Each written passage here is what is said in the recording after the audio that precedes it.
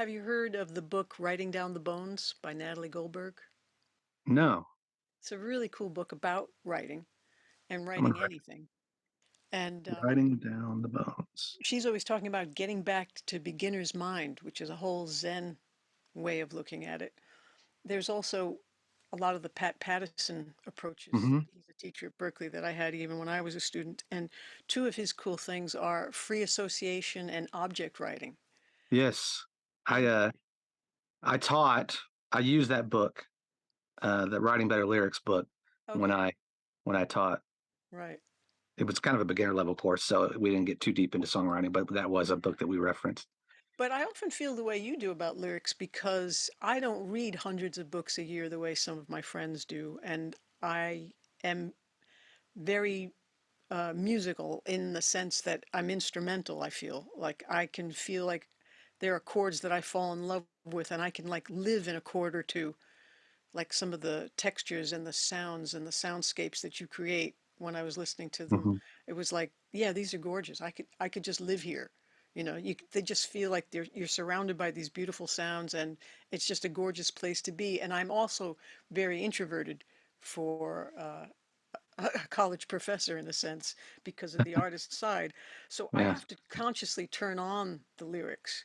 But I'm very playful with words because of the Beatles and how crazy they were. I mean, the nuttiness of them and the freedom of that is what I Hmm. grew up with. So for me, I like the beginner's mind idea that Natalie gets into because it's like really at first, if you're just doing a draft, anything goes.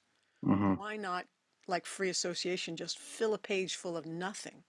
And the Yeah. idea is if you're playing with a mandolin like you do, or a ukulele, or a drum or a bass or something. It's like if you're playing around with the stuff, the instruments, you will come up with ideas that those things generate. If you play with words, you also come up with words. So if I just do a brain dump and fill a page, I have whole notebooks full of just nonsense, just any Hmm. sense that comes to my mind, including the judgment of how stupid is this. But I do love fountain pens on smooth paper. And, like Yeah. just the writing tools themselves, enjoying playing with the tools. Then all of a sudden it gets into a layer that's a little deeper and it's not a journal. It's just gibberish. But then I don't judge it or look at it or care about it. Because I think the mistake we make is we think it has to be a brilliant lyric right off the bat. Hmm. And none of them often come off that way at first. It's very often a thing where it's several drafts and we don't see people working on those, so we don't think we're doing it Yeah. right. But we're humans. We do it the same way everybody does it. Like one of the examples I always give is John Lennon walking around Bermuda and seeing the flowers for sale, and they're called Double Fantasy. And everybody thinks it just came out of his head that it was a fantastic title and isn't he a genius? And of course he is, but we all are because we're all humans and we all have a spirit and we all have this fantastic magic inside of us. And all we have to do is remember how to use it. And so he was able to see that and make it go ding. That is a fantastic thing I could use. Because Hmm. when we start thinking that we can't and words aren't our thing, we close it off. And then even when beautiful phrases like that are popping up in the world, we're not catching them because Hmm. like the reticular activating system is not paying attention to that. But as soon as you Hmm. tell your brain, hey, we're looking for words, we're looking for something to write about, looking for something for that second verse. Then when I go to a movie or something, somebody says something in the film and I go, that's exactly the word I was looking for.